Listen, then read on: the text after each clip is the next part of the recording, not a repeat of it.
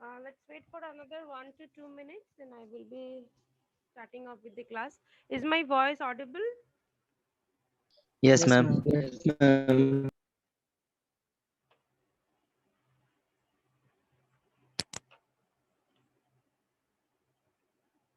My voice is audible.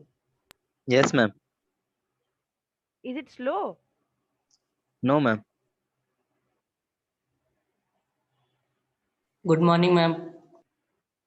Morning, morning.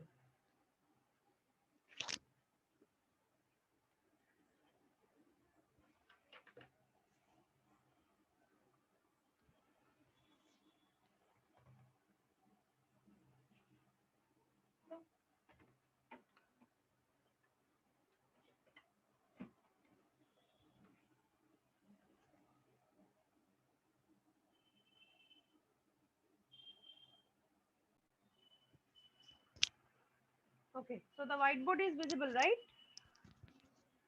Yes, ma'am. Okay, so Yes. we will start off from where we have left. That day the meeting got closed due to that, like the time was over. So I will once start off from where I have left so that it will be easier for you to recapitulate and understand. So that day we were studying about the big O notation, right? We were studying about the big O notation.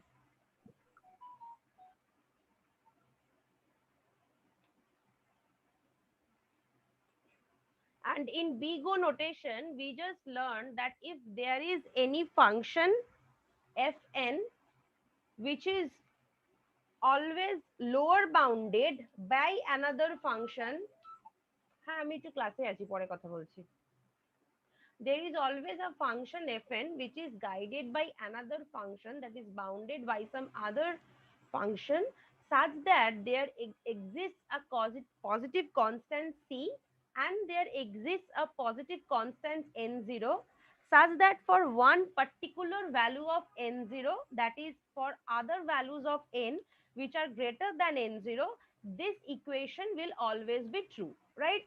So we were solving the sum that we were asked that show that 4n square is equal to order of n cube. Now, if we were asked to prove like this in our examination, first we need to see that whether these two conditions, that is, this condition is true or not, and in order to be this condition true, I need to find out that whether I have a value of C. Acha, okay, one thing, everyone write your name and dash and your department in the chat box. I am not sure whether the LMS is up or not yet, so that I will be giving this attendance from here. Okay, write in the chat box. So then I need to find out a value of C and I need to find out a value of N0. If I find out a value of C and I successfully find out a value of N0, putting which in my equation is giving me true result, then I will say that yes, this thing can be written or this thing can be justified.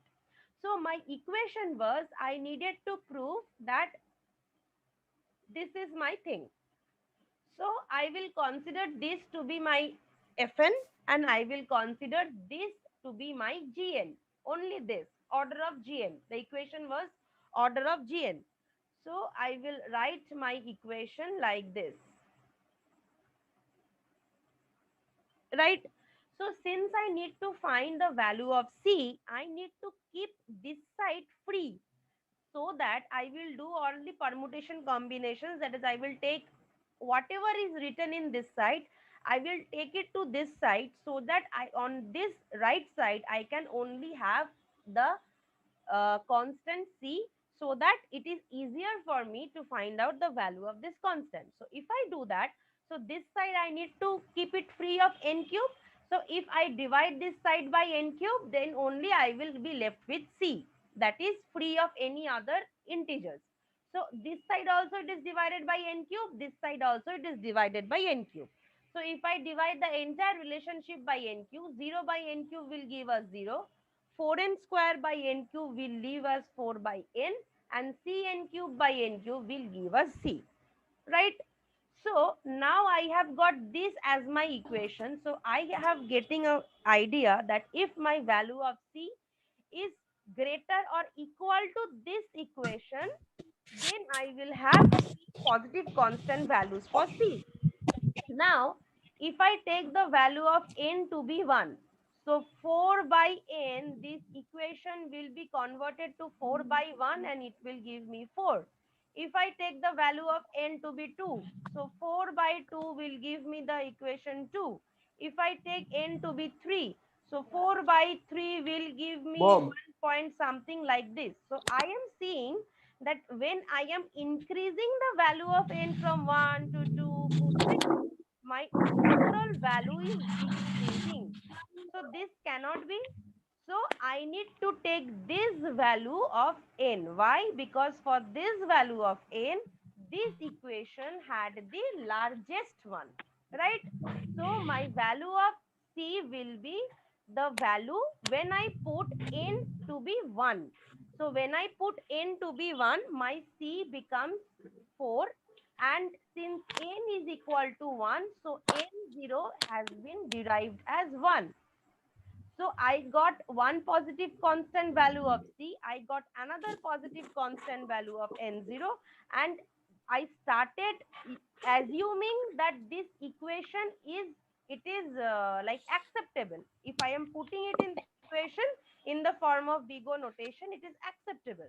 So after substituting, I am getting one value of C and one value of n0, which are positive constants. So yes, I can prove that this equation is true. That is 4n square can be written as order of n cube. Now, এগুলো না কেমন কি ব্যাপার? now this uh,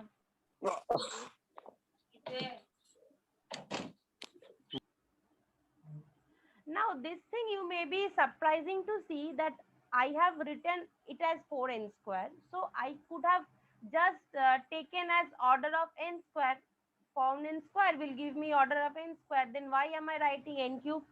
So see, this is basically an assumptions. The first thing which I have told when I was explaining these asymptotic notations, that some assumptions are made in order to derive something. It may or may not be true always, but it is seen that since one thing is there, if this is one true, if it is true for n square, it may be true for n cube, may be true for n4, it may be. But when we get one value, we do not look for other values. So in this equation, something was there maybe. So the scientists thought that whether I can say that it is order of n cube. So in order to say, examine and prove that it is in order of n cube, I need to follow these steps. That is, I need to put it in the formula of Bigot notation. So by putting, if I get that it has satisfied my formula of Bigot notation, then fine, it can be proved as the order of n cube, not an issue. So now is this Bigot notation concept somewhat clear to you all? Yes or no? Yes, ma'am. Yes, ma'am. Okay. Now, if you see that, 1 minute.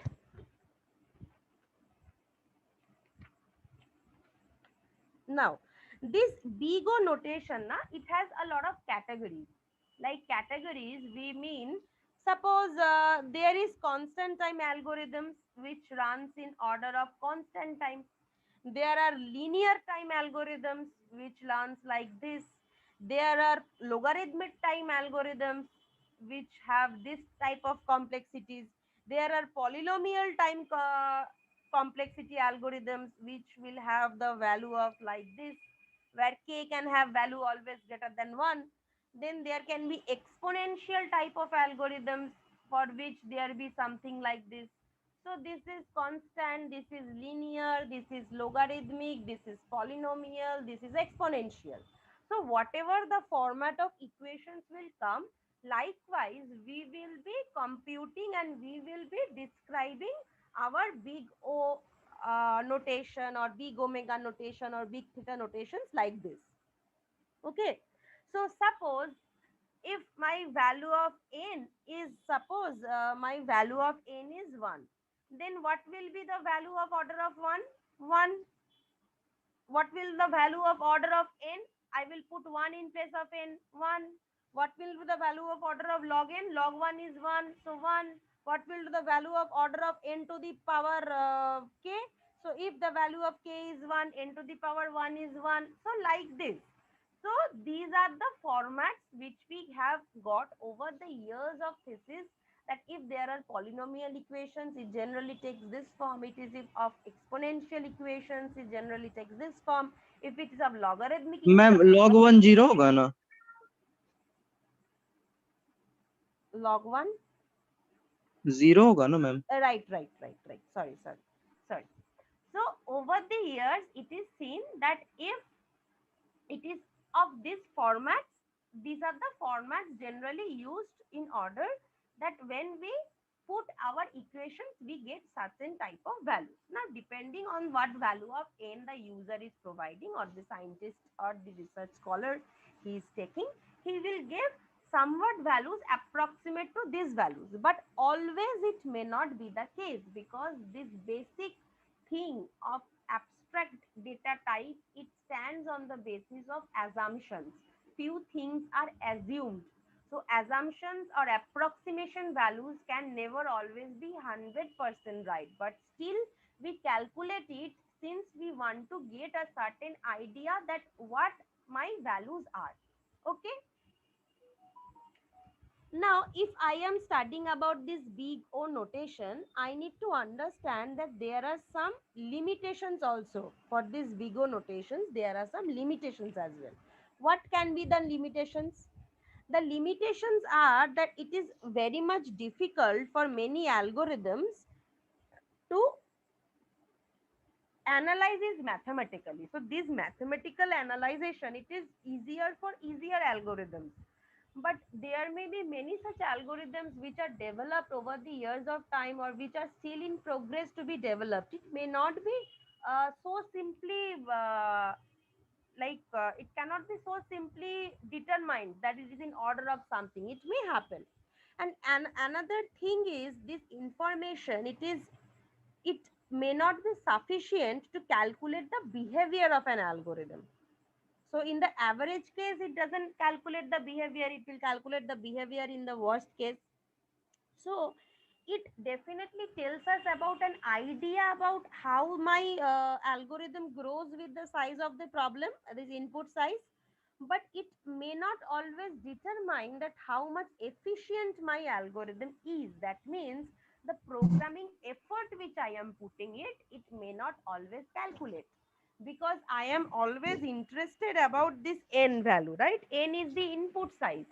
But in only everything in when I will code something, everything, is it related to my input size? No. I am putting some effort, effort is done in correcting those errors and all these things. So everything is not limited to only the input size of any problem. So this limitations it has, it doesn't always take into account the programming effort one is putting it. And also you may say, one classic problem is, suppose there is order of n square and there is order of 1000 n square. Now, when I will take the big O notation, as per the big O notation, both the algorithm have the same complexity, that is order of n square. Why? Because I avoid this constant. But in real time, it is a serious problem, because something in the order of n square and something in the order of 1000 n square, it is very much known to us that both the things are not same. Because when I want to put 1000 to the and n square entries, the time taken in order to input n square entries as inputs by the user, and the time taken in order to do 1000 n square inputs, the both the things cannot be same. But ideally it is thought that both of them, in the language of this algorithm, it is same. But in real life, it is seen it is not the same. So these are the drawbacks of these systems or these asymptotic notations. But still we learn this, because it is seen that definitely in order to find out the efficiency or the what will I say, the order of any algorithm, this basic knowledge about this big O notation, omega, theta are needed, and this basic knowledge only forms the base when we try to decipher some new value of order. Suppose I am inventing one algorithm. It may happen I am doing some research on trying to find out a new algorithm. There I will have to find out the order. That order may not be big O, big theta, big omega. It may be some other thing.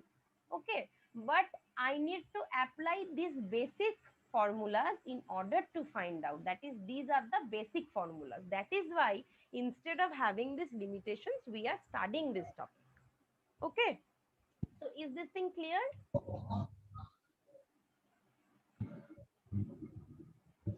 Ma'am ये time complexity को second में नहीं दिखा सकते हैं?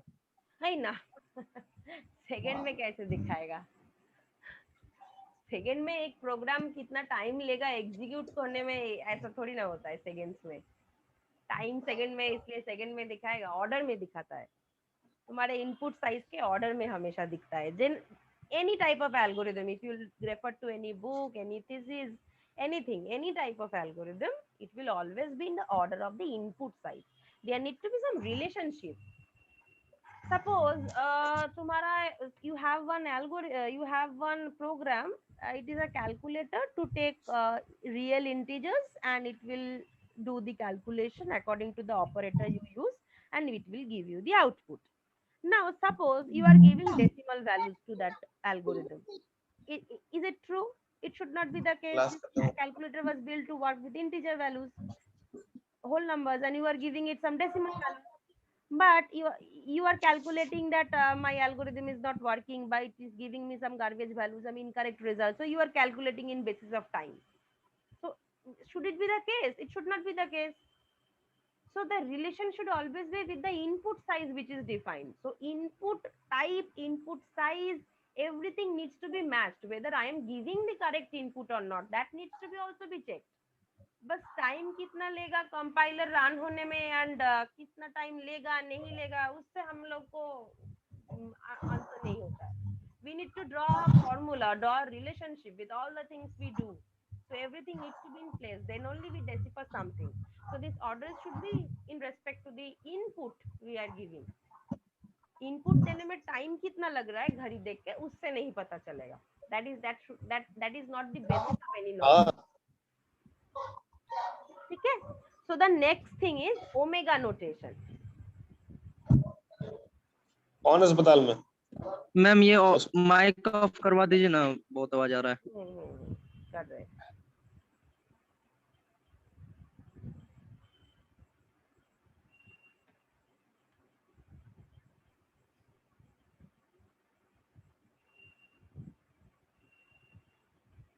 Okay.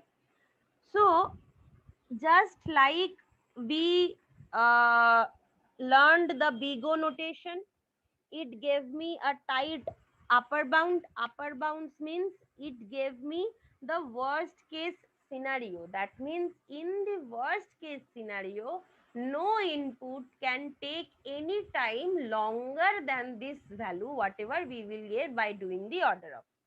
So इससे worst time होगा ही नहीं. So it gave me an upper bound. Omega will just do the opposite. Omega notation will give me a lower bound.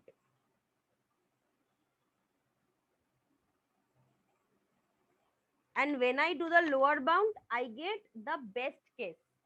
Best case में हमेशा सबसे कम टाइम में हमें मिल जाता है, right? So best case scenario stands with omega notation. So it gives me a lower bound for any function, right? So suppose if I draw like what I have drawn for this theta,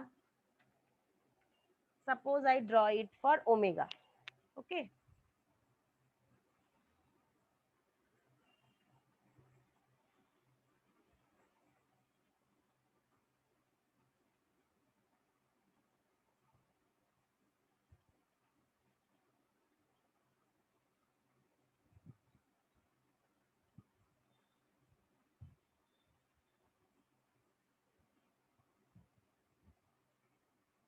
So you can see for some value of n0, after this value of n0 for higher values, this function fn is always above this another function, and in the big O case this function was above always. So in the big O notation this function fn was lower bounded by the upper bound of this function, but in case of omega this function is upper bounded by this function. So this is the lower bound function. Okay. So here the formula will just be the opposite. It is always greater than or equal to Cgn for any value of n which is higher than this n0 and for a positive constant c which is greater than 0. So this is the rule for big O notation, and for omega notation, and for big O notation the rule was just the opposite. So big O notation stands for giving the upper bound, omega notation stands for giving the lower bound. Big O notation stands for the worst case scenario, omega notation stands for the best case scenario. Big O notation, the formula fn was lower by some formula, here it is upper by some formula. मतलब सबसे best case में इससे कम time में होगा नहीं, इसका मतलब ये होता है it gives the lowest bound, tight lower bound. सबसे बेस्ट केस में searching of an array you will get what, you will get the element. If you are searching in the first location, order of 1 should be the first best case. So it means that सबसे अच्छे case में the lowest time, the lowest number of searches can be one search. One search will give me the item to be searched returned as the first location. It is in the first location. So I will say that 1 is the lower bound. इससे कम search में थोड़ी ना होगा, एक बार तो search करना ही पड़ेगा, एक सेल को सर्च करना ही पड़ेगा. So 1 was the order of 1 was the best case scenario. That is उससे नीचे कभी होगा नहीं, उससे बढ़ के सर्च कुछ हो सकता है, उसका नीचे होगा नहीं. So this is the concept about omega notation. Okay. So suppose for some, let me show it with one example. Suppose I have a function like this and I have a gn like this. So it is asked to me that prove that fn is big omega of this thing. It is asked to me. So once it is asked and I need to prove this, I need to first start with putting in the equations, right? So my equation of finding big omega was this. In this I will put this. Here I will put this, right?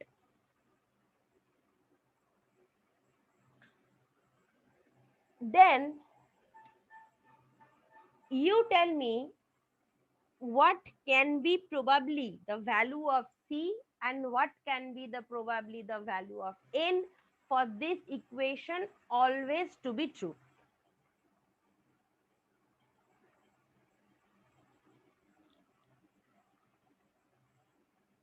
What can be the value of n0 and what can be the value of c for this equation always to be true?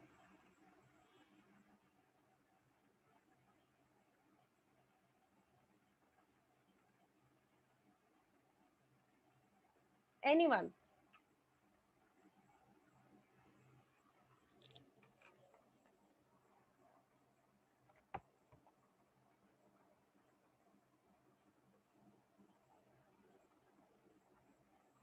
Ma'am n equal to 1 और c equal to 5.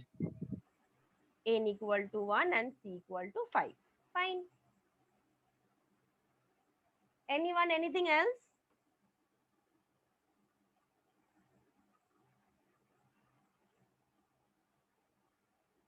If I say n equal to 1 and c equal to 1, will it be true?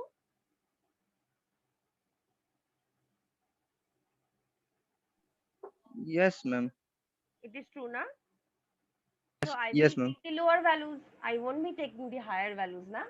So this is the value I will take. For any higher value for this combination also it may be true, but I will take the lowest possible combination from where it started being true.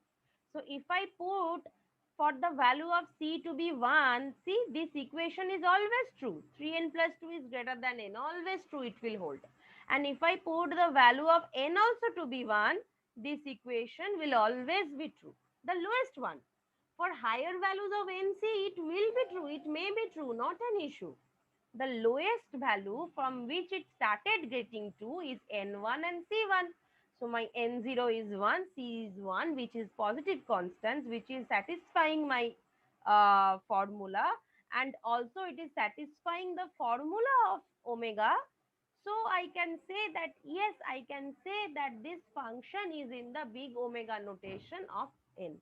I can say that is this function is lower bounded by n. Okay. Now, if one function is lower bounded by n, then that function will be lower bounded by anything lesser than n. That is true. 0.2 also it will have the same value. 0.0001 also it will have the same value. But if we go on finding lower values, then it will be infinite for us to find. We can't do that. So we find the tightest lower bound. And for big O, we find the tightest upper bound. So when in my notes you will see these terms, tightest lower bound, tightest upper bound, will you be able to know? Just in big O, if something is bounded by n square, it will also be bounded anything higher than n square, that is n cube, n to the power 4, that is. But we will give the tightest upper bound, that is from where the upper bound started getting true.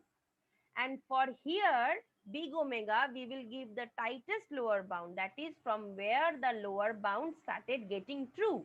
That tightest value we will be giving, right? So is this tight upper bound, tight lower bound concept of big O and big omega, is it clear? Yes, ma'am. Okay. So the last one is theta. Theta is a sandwich thing. That is, one was we studied function is lesser, where other we studied function is higher, and function in between, the average ones, they are represented as big theta.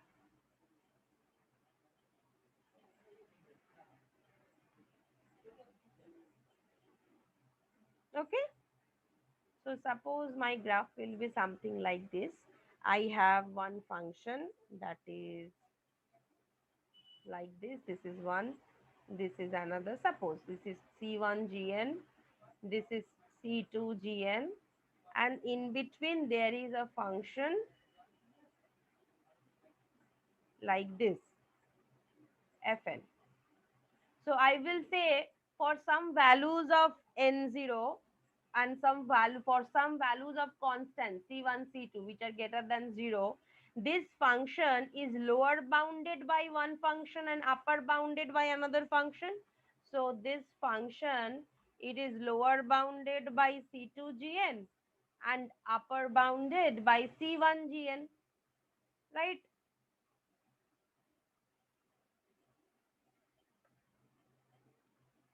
So if I can put in anything in this type of formula where I can find out the constants value C1, C2 which is greater than 0, and I can find out the value of N0 as well, right?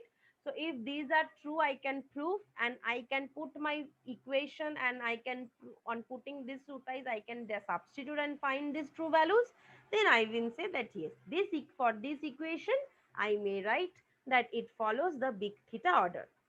So big O gives me the worst case scenario, omega gives me the best case scenario, and theta gives me the average case scenario. So these are the worst case, best case, average case concept. But in your books, you may find that everything is denoted in the order of like big O. It is not an issue. Everything can be also be written as order of. This is big O, big omega, big theta. But in the end, everything can be represented just in order of. That is also true. So in your books also, you may find that when you will learn the different algorithms of searching and sorting, you will find that those are explained in order of.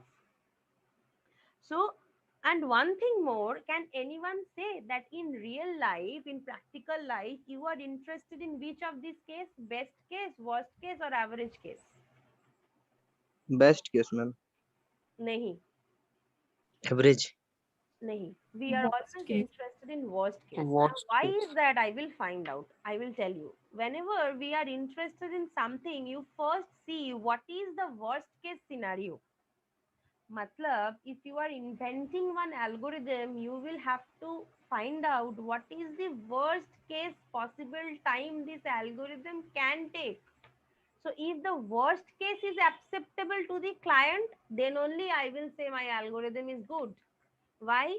Because best case, average case तो उससे कम होगा ही होगा. तो हम लोग तो worst case scenario पकड़ के चलेंगे ना रियल लाइफ में कि वर्स्ट में इतना होगा, उससे बेटर आ गया तो और भी अच्छा है. So we are always interested in finding out the worst case scenario. Because if we find out the worst case, I will get an idea कि इससे ऊपर कभी मेरा algorithm time नहीं लेगा. This is the worst possible case. कम लेगा तो सही है मेरे लिए. तो अगर ये सबसे खराब टाइमिंग जो लेगा ये अगर acceptable है, हम जो चीज invent कर रहे हैं, तो fine, I will say this algorithm is acceptable. अगर वो acceptable नहीं है, then I will have to work on my procedures. So in real life, we are always interested in finding out the worst case, and this is the reason why you will see everything is denoted in the order of, in order of 1, order of n. Everything is written in order of, and the separate notations, omega, theta, they are not used much, right? And when suppose the best case and worst case may sometimes give us the same result depending on what algorithm we are doing, then we are interested in this theta case, average case. So when the best and worst case give different results, we are not interested in finding out theta. But if they give the same result, then we'll be shifted to finding out the theta case. Now suppose a small example, let us just solve quickly. Few minutes are remaining as my class to the end. Okay. Suppose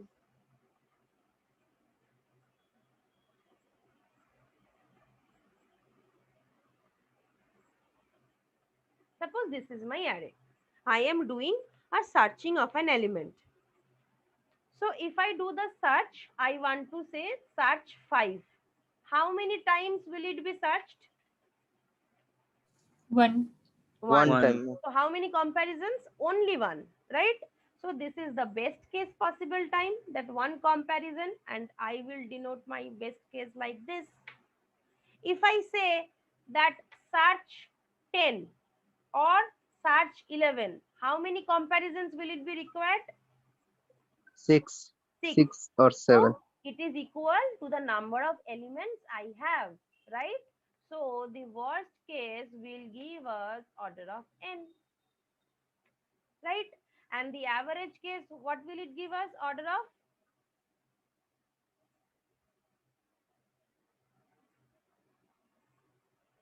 Right? And which can ma'am तो ये theta n नहीं होगा सिर्फ, हाँ, ये theta n/2 को theta n भी तो लिख सकते हैं ना. n/2 ही तो होगा, एवरेज में क्या होगा? हाँ मैम, तो ये कांस्टेंट हट जाएगा ना. हाँ, वही तो लिखने जा रहे, कांस्टेंट हट जाएगा. So more or less this. Now this is the way when you will see different searching and sorting algorithms, you will see these terms, order of, worst case, best case में ये time complexity, worst case में वो time complexity, average में ये time complexity. Now this is the concept from where the time complexity and all the ideas come. This is the concept, the base, how they deliver or how they decipher this time complexity. Because books में तो shortcut में लिखा होगा ना, एक line पढ़ के confuse हो जाओगे, आया कैसा है? This is the way they do. This is the way they decipher. So is this concept of asymptotic notations clear to you?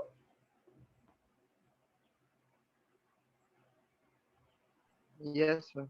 Okay. So everyone has written down their names in the chat box. Name hyphen department.